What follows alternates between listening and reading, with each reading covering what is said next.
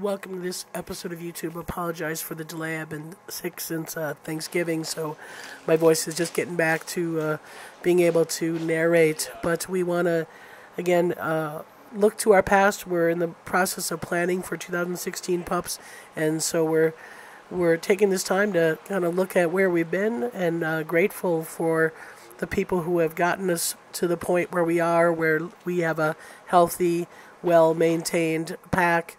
And we have the facilities to be able to accommodate all situations of wolves. And we want to especially thank John and Donna Ver, who initially started the donation of the retired pack in 2002. John has been a supporter and a friend here, helping us raise wolf pups, again, retire wolves, and even share with us the spreading of the ashes of a lot of our litters. And so we're very, again, thankful to John and Donna for their concerns. And we started here in 1989 with a litter of wolves, Raisa, Basha, Balazar, and Jedediah. Those 1989 wolf pups were here seasonally. That means that in the off season they would go back to my house, and they were the first wolves here at the center to try to give people, again, a little bit of education about what wolves were. It was our first captive exhibit, and then in the fall of the year they would come to my house and just kind of hang out. I'm grateful for the lessons that they taught me in trust, and this was one of my first real experiences with long-term socialization of a pack. Jedediah taught us a lot about dominance. Balazar taught us that we could integrate a wolf into another facility, and he actually starred in an ABC TV documentary called The Wolf Return of a Legend in Idaho, and taught us again how you could integrate pups with completely different adults, and the bond with wolves and pups is universally strong regardless of whether they're their own pups or not. And in 1993, we had a litter of Mackenzie, Kiana, Lakota, and Lucas. And again, these were the first permanent residents. That means they didn't travel. They didn't go to my house in the winter. They stayed here year-round at the center, so they're our first permanent residents. Mackenzie, with her dark color phase, was a unique addition to the exhibit. We also learned a lot from Kiana, who was the beta female, and Lucas, who was the only male and by default became the dominant male. But most impressive of that litter was Lakota, who at the age of 15, and she was the only wolf surviving of that litter, became kind of our lab wolf, knowing that we had boundaries and we had things to keep an eye on, but that she could get strong social contact with humans in the absence of any other pack mates. That's a lesson that Lakota taught us, that Grizzer is benefited by every day, although Grizzer is not quite ready to enter the lab, or I should say the lab's not quite ready for Grizzer. But we are working on a long-term kind of a project here, a capital investment, to try to get a push out on the building here and to have an area that has an indoor-outdoor kennel access that Grizzer may be, by the time he's in his aging years, may be able to access. And then obviously we have the 2000 litter, which is a Shadow Malik, who's the loss of them this year was still something that we think about on a daily basis. And Shadow and Malik were unique. They were Arctic subspecies. Malik was named in honor of a Minnesota Timberwolves basketball player, Malik Sealy, who had passed away the same year that Malik was born. Malik was an interesting character, looking for an opportunity and to grin, to get involved, and there's no sound like the sound of Malik as a lower-ranking wolf.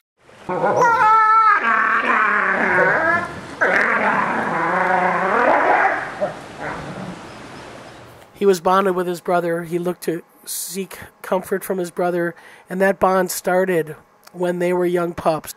And Shadow, what can we say about Shadow except extreme tolerance, the ability to lead a pack, and a pack that oftentimes had some challenges, but he had some great dynamics with pair bonding, and that was Shadow pair bonding with Maya in a parallel gait, Shadow nose to nose with Denali, showing leadership for 3 generations.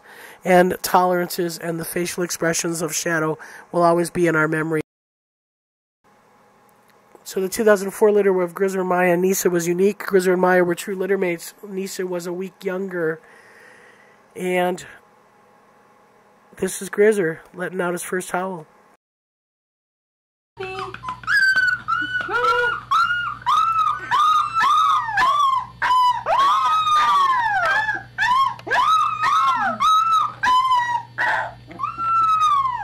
And that's Maya trying to respond.